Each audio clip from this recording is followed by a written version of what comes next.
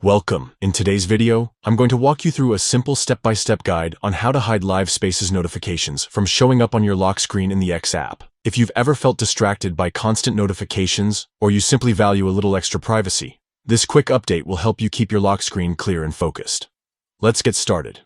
The first thing you'll want to do is open the settings on your phone. Settings are where all the notification controls begin, so that's always the best place to start. Once you're inside, scroll down and look for the section that lists all of your apps. Go ahead and tap on Apps. From the list, find the X app and select it. This is where you'll have access to every notification option tied specifically to the app itself. Tap on Notifications to open the menu, and then look for the option called Notification Categories.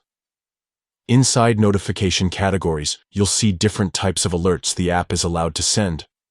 Scroll until you locate Live Spaces, then tap on it to go deeper into the settings.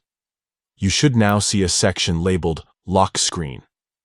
This is the key part, since it controls whether those notifications appear when your phone is locked. Tap on Lock Screen, and you'll get a choice of how notifications are shown. To stop them from appearing altogether, choose Don't Show Notifications. Once you've done that, the changes take effect immediately. You won't see Live Spaces messages on your lock screen anymore.